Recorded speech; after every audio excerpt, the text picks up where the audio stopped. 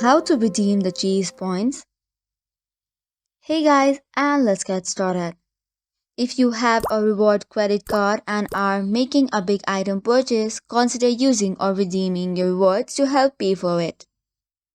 There are different kinds of reward points that you can earn, such as new card member bonus promotions, cashback promotions, purchases in select categories, and participating in loyalty programs. The reward points can be redeemed for different options such as gift cards. Reward programs typically include gift cards as a flexible redemption option. You may find gift card options ranging from restaurants to department stores to entertainment services that can be easily used to redeem by just giving in the reward points or the reward code. Likewise, your reward points can also be redeemed as statement credit.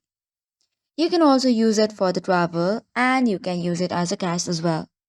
Reward points are usually redeemed through your credit card reward portal or mobile app. If you are actively working to earn and accumulate points, don't forget to check if there are any expiration date associated with your earned points. So this is all for today's video. For more such contents, do not forget to hit the like and subscribe button. Thank you and keep watching.